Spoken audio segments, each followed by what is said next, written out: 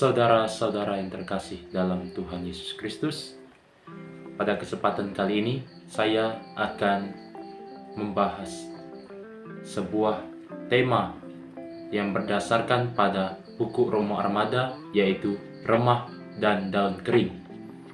Nah, dari situ saya membuat satu judul, yakni menghidupi katolisitas dalam spiritualitas daun kering. Sebelum masuk pada inti pembahasan, saya akan menjelaskan mengapa saya memberi judul itu.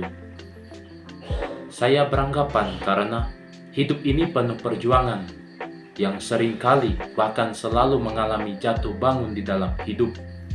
Namun ada satu titik di mana di saat manusia itu jatuh, dia sulit bangun karena menghadapi realitas yang memiliki pengaruh yang sangat buruk baginya, sehingga dia memilih, ya saya menyerah, atau ya saya mundur aja. Untuk apa hidup ini, dan untuk apa saya menjalani hidup ini? Kadang saya jatuh tetapi sulit untuk bangun. Maka dari itu, lewat pembahasan ini saya akan memberikan sebuah pengertian agar kita mampu mengerti bahwa kita bisa bangun dan bangkit di dalam keterpurukan kita, dalam kejatuhan kita. Nah, di dalam pembahasan ini saya akan membahas 3 hal. Yang pertama, membahas mengenai spiritualitas daun kering dan apa itu daun kering. Yang kedua, membahas Katolik dan menghidupi semangat Katolik itu. Dan ketiga, bagaimana kedua hal ini dihubungkan menjadi satu di dalam proses perjalanan hidup kita sebagai umat Katolik. Yang pertama, daun kering. Secara umum, saya menanggapi bahwa daun kering merupakan sesuatu yang jatuh dari pohonnya. Dan itu terjadi karena ia sudah mengalami kematangan. Dan itu sudah dikatakan di dalam buku Remah dan Daun Kering bahwa daun kering itu sendiri merupakan sesuatu yang telah melalui proses kematangan. Namun Romo Armada menjelaskan lebih dari itu, bahwa daun kering itu tidak hanya jatuh begitu saja di dalam kematangannya sebagai sebuah daun, tetapi dia juga memberi manfaat bagi tanaman lain. Dengan jatuh, dia memberi manfaat bagi pohon-pohon yang lain, sehingga pohon-pohon yang lain yang berkat kejatuhan dari daun kering itu bisa terbangun dalam pertumbuhan hidup pohon itu. Dalam penjiwaan mengenai daun kering itu, Armada Rianto menjelaskan bahwa spiritualitas daun kering merupakan tahap awal perziarahan menuju menjadi mencintai. Nah, yang kedua, hidup Katolik. Katolik berasal dari kata katolikos, yaitu dalam kata bahasa Yunani, yakni berarti umum atau keseluruhan. Dan itu terdapat di dalam Kisah Para Rasul bab 9 ayat 31. Di situ dikatakan bahwa jemaat yang di sana, yakni jemaat perdana, bersatu di dalam satu rumah dalam merayakan syukur dengan menyantap roti dan berdoa. Paus Fransiskus pernah berpesan bahwa hendaklah kita sebagai umat Katolik membuka diri senantiasa terhadap sesama.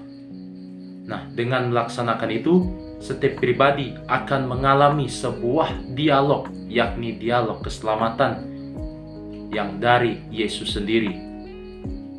Nah, dengan dialog keselamatan itu, setiap pribadi atau kita sebagai umat Katolik mampu menjalin relasi dengan Tuhan di dalam suatu kedamaian, suatu ketenangan berkat kerendahan hati yang kita lakukan terhadap sesama kita. Nah, yang ketiga, relasi antara hidup Katolik dengan spiritualitas daun kering.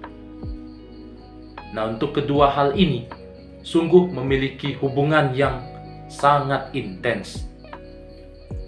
Di situ dikatakan bahwa untuk spiritualitas daun kering itu adalah sebuah analogi yang dimana setiap pribadi harus rendah hati, harus merendahkan diri supaya mampu membangun relasi dengan Tuhan dan mampu menghidupi cinta di dalam diri sesama. Dan sedangkan untuk hidup Katoliknya itu sebagai terapan dari hal itu. Hidup Katolik artinya kita harus hidup sebagai pribadi yang rendah hati dan yang mampu mencintai Tuhan dan mencintai sesama. Dan selain itu, setiap pribadi harus juga dengan rendah hati untuk mengalami jiwa komuniter di dalam hidupnya. Dan dengan jiwa komuniter yang digabungkan dengan kerendahan hati, pribadi tersebut mampu menjalin kasih terhadap Tuhan dan juga terhadap sesama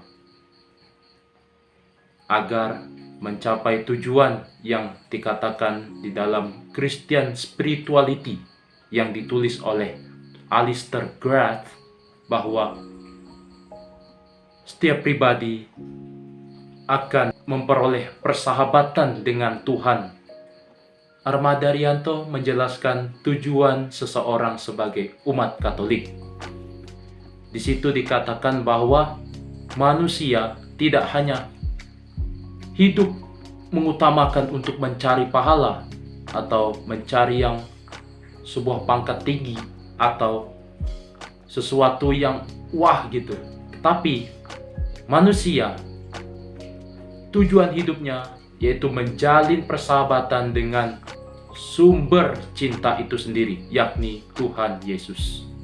Dalam menjalani proses itu atau tujuan hidup itu, manusia juga seringkali menghadapi tantangan, godaan, dan segala macam penderitaan. Dan hal itu membuat manusia cenderung untuk menyerah dan meninggalkan sang sumber itu. Andrew Murray menambahkan bahwa orang yang menjalani hidup kerendahan hati ialah orang yang sedang menjalani hidup di dunia ini. Hal itu terjadi karena manusia adalah makhluk sosial dan ia juga harus hidup di dalam kesatuan antar sesamanya sebagai manusia. Nah, dari pembahasan itu saya dapat menyimpulkan bahwa manusia tidaklah hidup sendirian, sebab ia adalah makhluk sosial. Dan sesungguhnya dia bisa melakukan apa yang menjadi peran martabatnya sebagai makhluk sosial, seperti membantu orang yang membutuhkan dan terlibat aktif dalam kegiatan gereja, khususnya kaum muda, itu menghidupi semangat OMK-nya di dalam aktivitasnya sebagai warga gereja. Dan dalam usaha-usaha itu, manusia tidak akan sia-sia ketika ia jatuh. Dia akan bangkit, dan itu proses secara terus-menerus di dunia ini. Jatuh dan bangun manusia adalah hal yang berguna bagi Tuhan untuk mewartakan kasih kepada sesama. Memang hidup manusia itu tidak seindah yang kita bayangkan, karena memang manusia itu hidup di dalam penderitaan, hidup di dalam godaan, serta tantangan di dunia ini. Namun alangkah baiknya kita harus menghargai segala proses yang kita jalani di dalam hidup di dunia ini. Dan kita juga belajar dari daun kering itu. Ia jatuh ke tanah dan akhirnya memberi hidup bagi tanaman lain. Dan begitu juga kita sebagai umat Katolik yang menghidupi semangat Katolik, semangat yang memberi kepada yang lain, memberi cinta kepada yang lain, kepada sesama kita. Dan dengan demikian, kita mampu mencapai kemuliaan Allah dan mampu mengembangkan relasi kita kepadanya dan juga kepada sesama kita yang selalu bersama kita di dunia ini.